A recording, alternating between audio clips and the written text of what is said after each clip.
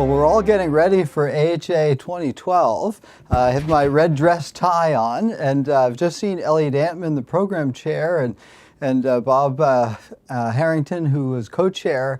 They have an amazing program, and I think the most late-breaking trials I think I've ever seen. It's really an astounding array of very important trials that will be headlined, I think, on Sunday with the Freedom trial. This, of course, is a comparison of CABG versus multivessel PCI in diabetics, a long-awaited trial Valentin Fuster and colleagues have been working on. So that will be a key trial for us to all pay attention to. The same day, there's a trial of chelation therapy. I hadn't really had that on my radar screen, but a big NIH-sponsored trial that'll be presented. Also interesting antiplatelet trial, the Arctic trial, looking at those non-responders to clopidogrel, how to manage them, whether to go to more intensive antiplatelet therapy, and that using some tailored therapy with antiplatelet testing.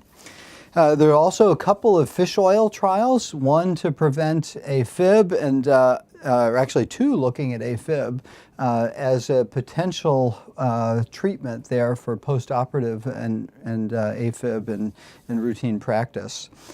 On Monday, there'll be the Physicians Health Study 2 looking at a multivitamin to try and prevent cardiovascular events. We saw the very exciting data about 2-3 weeks ago on prevention of cancer with a simple multivitamin a day. And so it'll be very interesting to see the cardiovascular outcomes. In addition, there are a whole series of PCSK9 inhibitors, 3 different drugs with a lot of data and presentations to see these very potent subcutaneous LDL lowering drugs. In addition, the DAL outcomes trial will be presented. We heard that that was a negative study, but we'll see the results of this CETP inhibitor that raises HDL, dalcetrapib.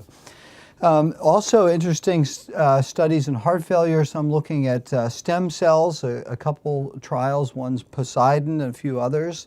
Another Made It trial looking at differential programming to avoid inappropriate shocks and see if that could be help. And the Relax AHF1 trial looking at relaxin as a new therapy for acute heart failure. Then finally, on Wednesday, there'll be a presentation of mitral valve annuloplasty plus CABG versus CABG alone, another surgical trial that'll be very interesting. And finally, a trial called Reliable, looking at long-term treatment with 2 different doses of dabigatran.